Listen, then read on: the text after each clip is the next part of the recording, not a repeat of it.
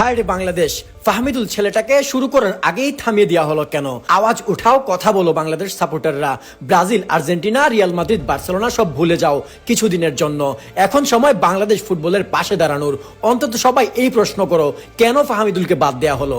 Coach তার খেলা দেখে মুগ্ধ হয়েছে, প্র্যাকটিস ম্যাচে সে হ্যাট্রিক করেছে, এরপরেও কোন বিবেচনায় তাকে বাদ দেওয়া হলো একটু জানাবেন আমাদের। আমরা এই দেশের ফুটবলের ফ্যান, আমরা জানতে চাই আসল কারণ কি।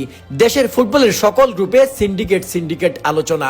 সবাই জানতে চায় সিন্ডিকেটের গোড়ায় কারা, তাদের নাম জানতে চায়। কারা এই দেশের ফুটবলের ভালো চায় না সব জানতে চায়, আমাদেরকে জানাতেই হবে আপনাদের। বাংলাদেশ ফুটবল দলের ম্যানেজার আমির খান বলেছেন ফাহমিদুলকে বাদ দেয়া কোচের সিদ্ধান্ত। ওকে লেফট উইং ব্যাক পজিশনে খেলানো হয়েছে প্র্যাকটিসে।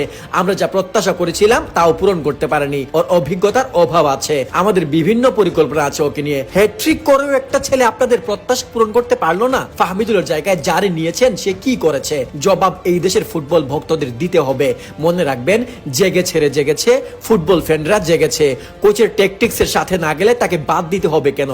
স্বভাবতই এইখানে ফাহমিদুল থেকে বেটার অপশন না থাকার পসিবিলিটি বেশি। তবুও যদি থেকে থাকতো সেক্ষেত্রেও ফাহমিদুলকে বেঞ্চ করে রাখা হতো, কিন্তু কোচ তা করলেন না। ফাহমিদুল মন জয় করতে না পারলে তাকে বেঞ্চ করা হোক। অভিজ্ঞতা এমনিতে আসবে না, দলের সাথে নিয়ে চলতে হবে, সিনিয়রদের সাথে রাখতে হবে, তবেই অভিজ্ঞতা আসবে। অজুহাত দেওয়া হয়েছে ফাহমিদুলের বয়স কম। তো বুইরা বাম না হওয়ার আগ পর্যন্ত কি কেউ এই দেশের ফুটবলে চান্স পাবে না? Age doesn't matter in football. বয়স ম্যাটার করলে রোনালদো বাদ পড়তো, আবার লামিন এন্ড্রিকো ফুটবলে আসতে পারতো না। তাই এই লেম লজিক বাদ দিতে হবে। 17 বছরের লামিন কুবার্সিরা ইউরোপিয়ান ফুটবল মাতাচ্ছে, তাহলে 18 বছরের ফাহমিদুল সব গুণ রেখেও কেন বঞ্চিত? আরেক অজুহাত হলো সে এখনো প্রতিযোগিতামূলক ম্যাচের জন্য নাকি প্রস্তুত না। ও কম্পিটিটিভ লিগ ইতালির সেরে ডিতে খেলেছে। এই অজুহাত আধুনিক ফুটবলের প্রেক্ষাপটে মানানসই না। এমন ঘটনা অবশ্য আজকে নতুন না। বাংলাদেশ ফুটবলে সিন্ডিকেটের কত বাজে প্রভাব আছে এবং তারা যে ফুটবলারকে মানসিকভাবে শেষ করে দিতে পারে তার সবচেয়ে বড় ভুক্তভোগী হলো ইউসুফ জুলকারনাইন হক। 2022 সালে সে ইংলিশ দ্বিতীয় বিভাগের ক্লাব ইপসউইচ টাউনের অনূর্ধ্ব 21 দলে খেলতো উইঙ্গার হিসেবে। বাংলাদেশের হয়ে এসেছিল ট্রায়াল দিতে, কিন্তু তার সাথে কেমন আচরণ হয়েছিল জানেন? ম্যানিয়াক্স গ্রুপের পোস্ট থেকে জানা যায় মাত্র একটা ম্যাচে সুযোগ দিয়েছিল মাঠে নামার, সেখানেও লোকাল প্লেয়াররা তাকে বল পাস দেনি একবারও।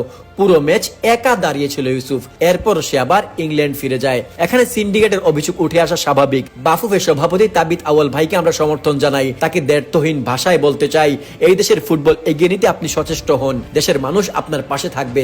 সিন্ডিকেটের বীজ উপড়ে ফেলে দিন।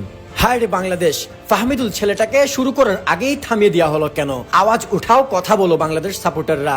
Brazil, Argentina, Real Madrid, Barcelona সব ভুলে যাও কিছুদিনের জন্য। এখন সময় বাংলাদেশ ফুটবলের পাশে দাঁড়ানোর। অন্তত সবাই এই